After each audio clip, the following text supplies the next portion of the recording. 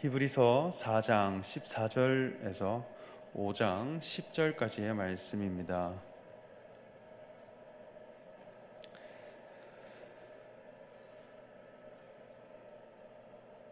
히브리서 4장 14절에서 5장 10절까지 말씀, 저와 여러분이 함께 교독하시겠습니다. 그러므로 우리에게 큰 대제사장이 계시니 승천하시니 곧 하나님의 아들 예수시라. 우리가 믿는 도리를 굳게 잡을지어다. 우리에게 있는 대제사장은 우리의 연약함을 동정하지 못하실 리가 아니요 모든 일에 우리와 똑같이 시험을 받으시니로되 죄는 없으시니라. 그러므로 우리는 긍휼하심을 받고 때를 따라 돕는 은혜를 얻기 위하여 은혜의 보좌 앞에 담대히 나아갈 것이니라. 대제사장마다 사람 가운데서 택한 자이므로 하나님께 속한 일에 사람을 위하여 예물과 속죄하는 제사를 드리게 하나니, 그가 무식하고 미혹된 자를 능히 용납할 수 있는 것은 자기도 연약에 휩싸였음이라. 그러므로 속죄제를 드림과 같이 또한 자신을 위하여도 드리는 것이 마땅하니라. 이 존귀는 아무도 스스로 취하지 못하고 오직 아론과 같이 하나님의 부르심을 받은 자라야 할 것이니라.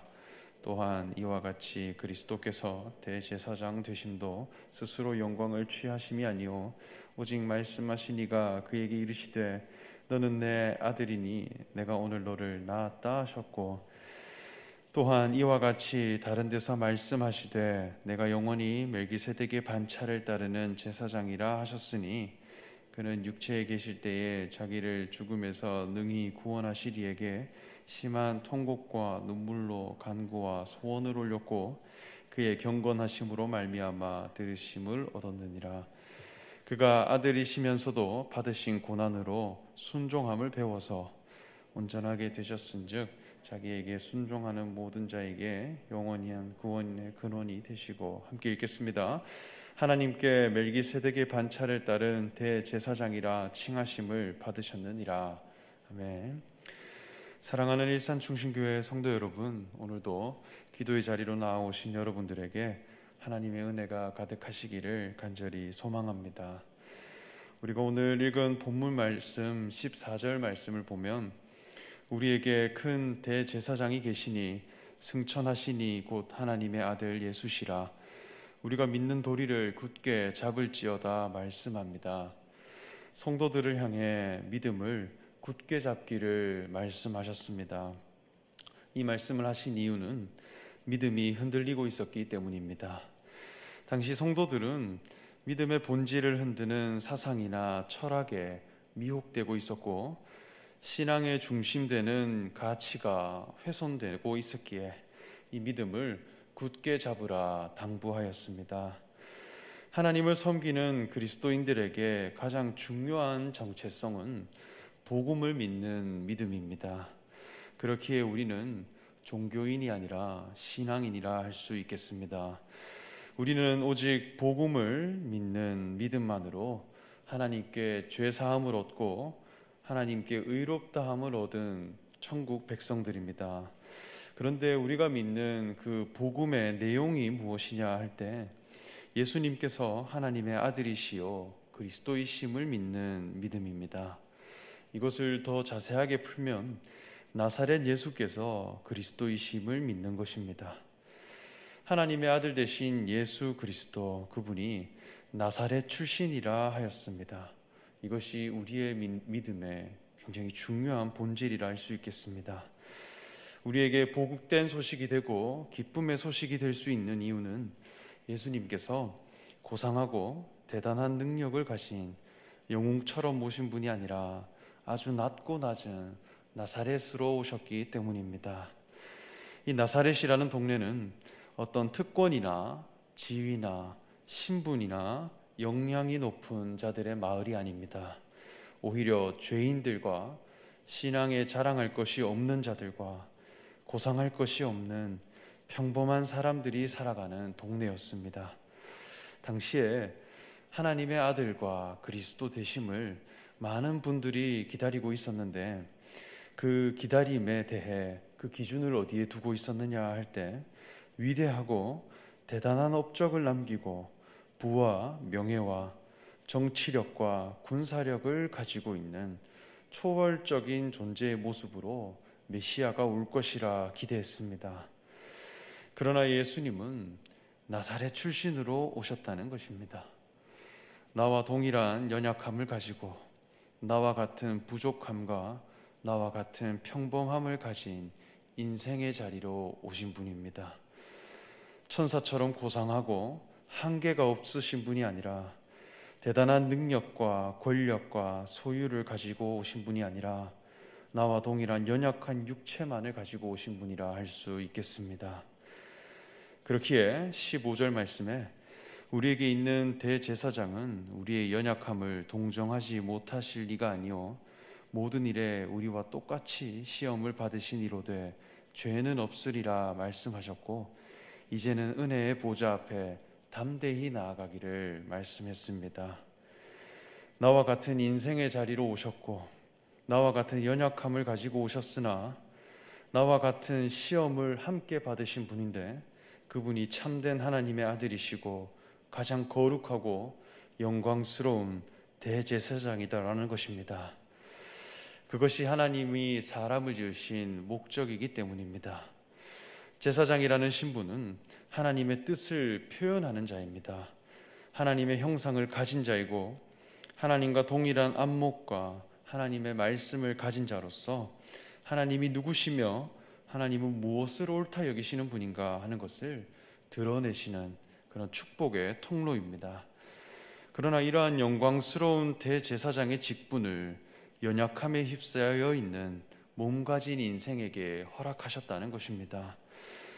몸을 가진 인생의 특징은 첫째로 영원하지 못하다는 것입니다.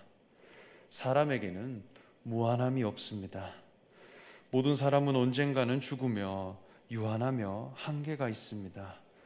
그리고 내가 살아갈 인생임에도 그 끝을 모른다는 것입니다. 내가 스스로 통제할 수 없는 유한함 속에 살아가는 것, 이것이 인생의 특징입니다. 두 번째는 연약하다는 것입니다. 그래서 늘 아프고 쉬어야 하고 마음먹은 대로 되지 않고 언행일치가 되지 않고 누군가에게 치료를 받아야 하고 도움을 받아야 합니다. 그런데 이렇게 유한하고 연약함에 놓인 인생을 하나님께서 자녀 삼으시고 거룩한 제사장으로 삼더라는 것입니다. 그것은 하나님께서 사랑이시기 때문입니다. 하나님의 사랑을 표현하기에는 반드시 연약함이 필요합니다. 우리가 연약하기 때문에 긍휼함이 나오고 연약하기에 위로가 나오고 연약하기 때문에 누군가를 용납할 수 있고 용서할 수 있으며 자비와 은혜가 흘러나옵니다. 연약한 인생을 그저 인정할 뿐인데 하나님의 성품이 매우 구체적이고 온전하게 표현되더라는 것입니다. 어쩌면 위대함과 강함과 영원함과 고상함은 하나님의 영역입니다. 그러나 하나님의 가장 중요한 성품은 사랑입니다. 마치 씨가 밭을 만남으로 생명이 드러나듯이 하나님의 사랑은 사람을 통해 표현됩니다. 그러나 선악과를 먹은 아담과 하와는 선악과를 먹은 즉시 눈이 밝아졌고 자신의 벗은 몸이 부끄럽게 여겨졌다 했습니다. 그리고 몸을 가리게 되었고 마침내 하나님을 피해 숨는 자리로 가게 되었습니다. 하나님이 사람을 흙으로 지으시고 몸 가진 인생으로 지으신 것에 대한 부끄러움을 느끼게 되었다는 것입니다. 이것이 하나님의 목적을 잃어버린 자의 모습입니다. 자신의 눈이 하나님만큼 높아지게 된 교만한 자의 모습입니다. 오히려 몸을 가렸는데 하나님께 나아갈 수 없는 자가 되었습니다. 초대교회에는 천사 숭배 사상을 통해 그리고 율법의 행함을 통해 신비한 능력과 체험을 통해 하나님 앞에 의로워지고자 하는 사상들이 있었습니다. 그 사상이 성도들을 미혹하였다 말씀합니다. 하나님의 자녀됨의 기준을 천사의 위치에 두게 되면 나는 절대로 구원받을 수가 없습니다. 우리는 절대로 제사장이 될 수가 없습니다. 왜냐하면 우리는 인생이기 때문입니다. 그러나 하나님의 아들 되신 예수님은 나사렛 예수라 하였습니다. 그리고 하나님의 아들 되심을 십자가에서 선언하셨습니다. 십자가는 무능력하고 부족함의 자리입니다. 못 박으면 매달릴 수밖에 없는 연약함의 자리입니다. 그러나 그러한 예수님이 하나님의 아들로 다시 사셨다. 이것을 우리가 아멘하기에 나도 하나님의 자녀가 될 수 있다는 것입니다. 그래서 복음이고 기쁜 소식입니다. 그래서 16절 말씀에 그러므로 우리는 긍휼하심을 받고 때를 따라 돕는 은혜를 얻기 위하여 은혜의 보좌 앞에 담대히 나아갈 것이니라 말씀합니다. 하나님의 자녀됨의 그 기준이 낮은 곳에 있기에 우리가 담대히 나아갈 수 있다는 것입니다. 선악의 가치관에 사로잡혀 몸을 가리고 숨는 자로 있는 것이 아니라 은혜의 보좌 앞에 나아가는 자가 되기를 말씀합니다. 저는 최근에 가족들과 함께 잠실에 있는 롯데월드에 놀러 간 적이 있습니다. 저희 첫째 딸 휘설이가 놀이동산을 너무나 좋아하기에 실내 놀이동산인 롯데월드를 가게 되었는데요. 사실 저는 놀이동산을 좋아하지 않습니다. 이상하게 놀이기구만 타면 기분이 굉장히 안 좋아지더라고요. 그런데 저희 첫째 딸이 너무나 간절히 이야기하기에 롯데월드를 갔습니다. 그런데 막상 가보니 너무나 재미있었습니다. 그래서 저희 온 가족들이 즐겁고 재미있게 보낸 시간이었습니다. 하루 종일 돌아다니면서 왜 롯데월드를 오니까 이렇게 재미있을 수 있을까 생각해 봤습니다. 아빠가 되고 보니 롯데월드가 참 잘 만들어진 곳이구나라는 생각을 했습니다. 보통 놀이동산에 가면 가장 경쟁력 있게 홍보하는 메인 놀이기구들이 하나씩 있습니다. 그래서 놀이동산마다 경쟁력 있는 놀이기구를 홍보하고 광고합니다. 아주 다이나믹하고 익사이팅한 놀이기구를 자랑하고 그것을 경쟁력으로 내세웁니다. 그런데 롯데월드에 있는 가장 중심되는 놀이기구가 무엇인지 아십니까? 바로 회전목마입니다. 회전목마를 메인으로 삼았어요. 오히려 바이킹이나 청룡열차는 구석에 빠져 있습니다. 억지로 찾아야 보입니다. 그런데 회전목마는 어디를 가도 볼 수 있습니다. 그리고 누구라도 그곳을 향해 갈 수 있습니다. 그래서 학생들도 어르신들도 아이들도 다 회전목마에 모여 사진을 찍고 서로 찍어주기 바쁩니다. 먼저 바이킹을 타기 위해 줄을 섰습니다. 줄을 서니 키를 재는 자를 갖다 댑니다. 그러면 휘설이가 키가 작기 때문에 통과가 안 됩니다. 육체의 조건을 따지는 것입니다. 또 청룡열차를 타려고 하니 나이를 제한합니다. 그래서 역시 휘설이와 희민이는 포함될 수가 없었습니다.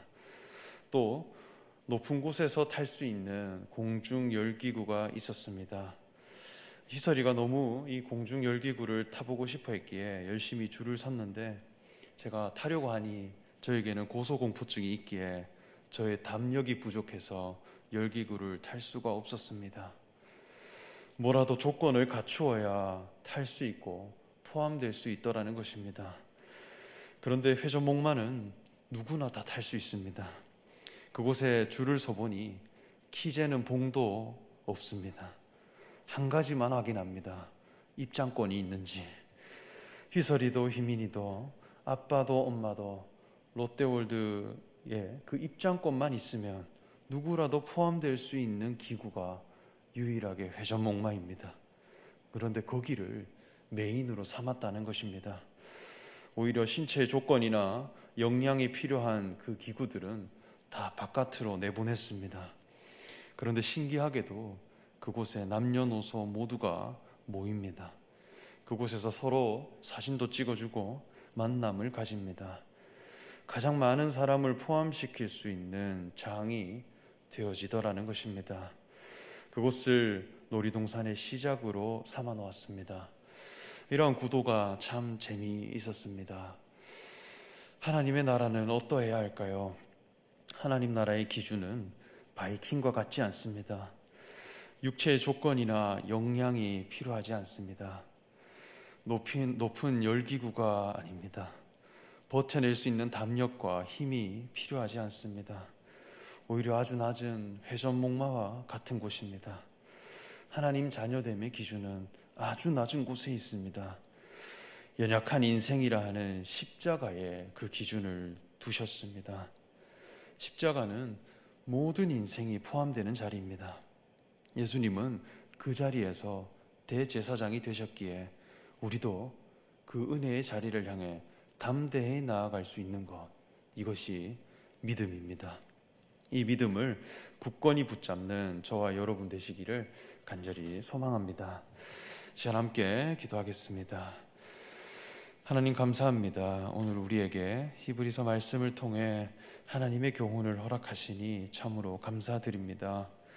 우리가 날마다 이 믿음을 붙잡는 자들이 되기 원합니다. 하나님의 아들 되신 예수 그리스도, 나사렛으로 오신 예수님께서 그리스도 되심을 믿는 분명한 믿음을 가진 자들이 되게 하시고 은혜의 보좌 앞으로 담대히 나아가는 신앙인들이 되게 하여 주시옵소서. 감사드리며 예수님의 이름으로 기도합니다. 아멘.